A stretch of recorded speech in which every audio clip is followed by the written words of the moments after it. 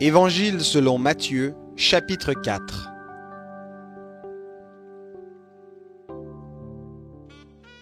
Alors Jésus fut emmené par l'Esprit dans le désert pour être tenté par le diable.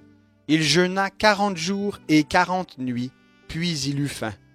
Le tentateur s'approcha et lui dit, « Si tu es fils de Dieu, ordonne que ces pierres deviennent des pains. » Jésus répondit, « Il est écrit, l'homme ne vivra pas de pain seulement, mais de toute parole qui sort de la bouche de Dieu. » Le diable le transporta dans la ville sainte, le plaça sur le haut du temple et lui dit, « Si tu es fils de Dieu, jette-toi en bas, car il est écrit, il donnera des ordres à ses anges à ton sujet, et ils te porteront sur les mains, de peur que ton pied ne heurte contre une pierre. » Jésus lui dit, « D'autre part, il est écrit, tu ne tenteras pas le Seigneur ton Dieu. » Le diable le transporta encore sur une montagne très haute, lui montra tous les royaumes du monde et leur gloire, et lui dit, « Je te donnerai tout cela si tu te prosternes et m'adores. » Jésus lui dit, « Retire-toi, Satan, car il est écrit, tu adoreras le Seigneur ton Dieu,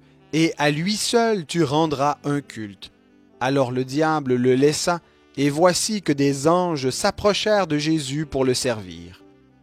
Lorsqu'il eut appris que Jean avait été livré, Jésus se retira dans la Galilée. Il quitta Nazareth et vint demeurer à Capernaum, situé près de la mer, aux confins de Zabulon et de Nephtali, afin que s'accomplisse la parole du prophète Ésaïe.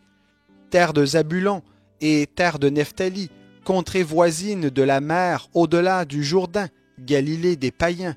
Le peuple assis dans les ténèbres a vu une grande lumière, et sur ceux qui étaient assis dans le pays et dans l'ombre de la mort, une lumière s'est levée. Dès lors, Jésus commença à prêcher et à dire, « Repentez-vous, car le royaume des cieux est proche. » Au bord de la mer de Galilée, il vit deux frères, Simon, appelé Pierre, et André, son frère, qui jetaient un filet dans la mer. En effet, ils étaient pêcheurs. Il leur dit, « Suivez-moi, et je vous ferai pêcheurs d'hommes. » Aussitôt, ils laissèrent les filets et le suivirent. En allant plus loin, il vit deux autres frères, Jacques, fils de Zébédée, et Jean, son frère, qui étaient dans une barque avec Zébédée leur père, et qui réparaient leurs filets.